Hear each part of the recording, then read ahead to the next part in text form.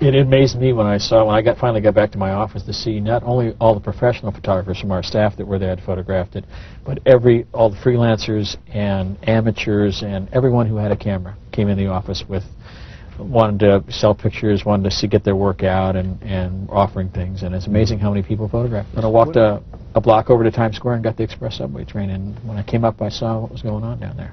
By that time? The second plane had hit by the time I got down there. But I didn't know there was even 2 planes until I started talking with a policeman early on.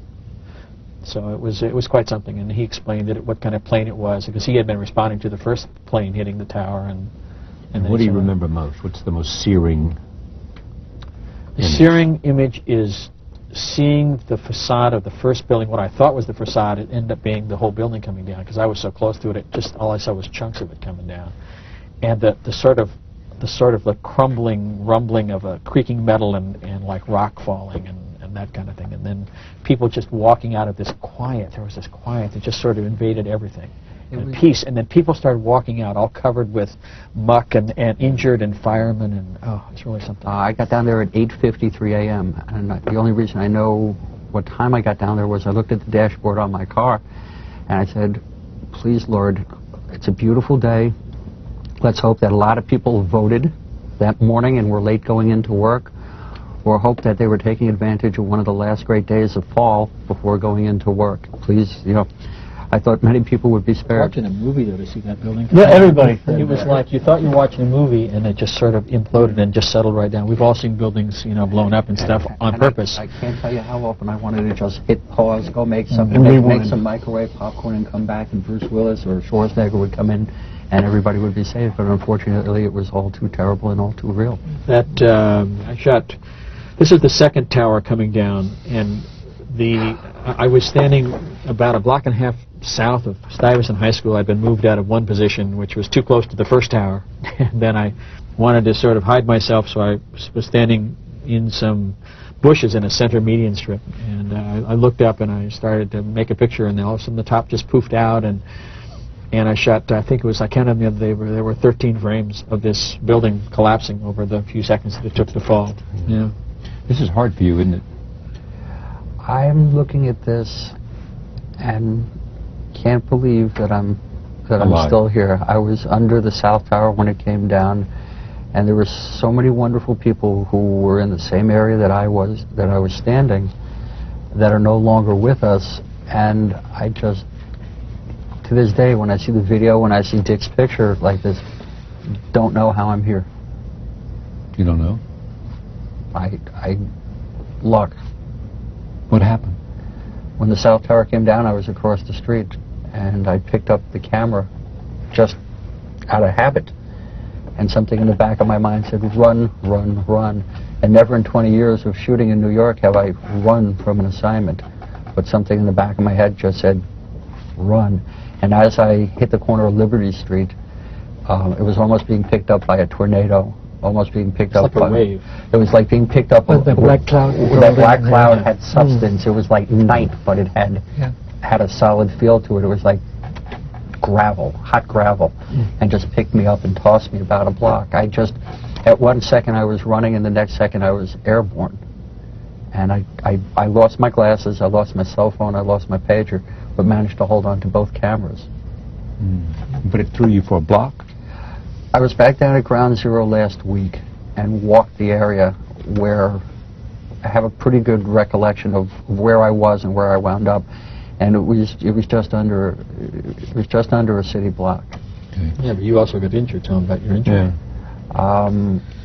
Well, I shattered my leg. I injured my knee. I had a few other injuries, but the injuries are inconsequential. They're physical injuries that'll be overcome, and far better alternative than some of the other options that were presented. You were trapped twice. I was rescued a bunch of times. I acquired a fleet of guardian angels during my field trip to hell. All right. Let me take a look at this is, again, more of Richard Drew's photographs, more of the collapse here. This was the facade of the first building coming down, and this was part of it's not on the screen there, but I can see it across. There's chunks of the building coming down, and the other day I was in the office, and we had sent these photos out because they're digital images, so we made some large prints of them, and someone called from the photo lab and said, do you know that there's a person hanging on to a part of the debris in your picture? And I said, what? And the photo lab technician had seen that in the bottom left quadrant of the picture there, of this person actually holding on to this piece of debris as it comes down. And that's something I'd never seen before. It never dawned on me that one or both of those buildings were going to come down. Next is image of the towers on fire. That's actually the plane slamming into the South Tower. The second plane coming into the South building. I was less than 100 yards away from the building. I was standing on West Street, and we heard this noise. Remember, I presumed Cessna never thought large aircraft after the first one. We didn't know attack. We didn't know terrorism. We just thought horrible accident. I mean, people go up and down the Hudson Corridor all the time, learning to fly or commercial aircraft, and then heard this noise that seemed to come from everywhere, but had no idea what it was. And then the South Tower just exploded. It just blew up.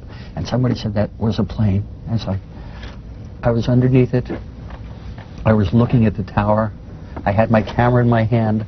I heard the noise. I never saw the airplane. And didn't realize that I had that picture till a neighbor brought the Daily News over the next day, and it had my byline underneath it. So, oh my God, look at lying on the floor after the falling debris has shattered your leg. That's inside the deli where I was carried after the first Todd collapse. Todd Maisel, one of my fellow photographers. No relation. No relation. No relation. Is that right? But do you know him? Yeah, he sent me a letter the other day. Yeah, another wonderful Maisel photographer. Yeah. But Todd apparently saw some firefighters carrying somebody, and he didn't realize it was me, and ran after. And all of a sudden realized that it was me, continued to take pictures, but also helped save my life. After we were taken out of the delicatessen to safety, after the second collapse, Todd went out and not only kept on taking pictures, but pulled many people to safety, putting the cameras down, as did many other photographers and journalists. Yeah, you saw a lot of that. People being helped by other people.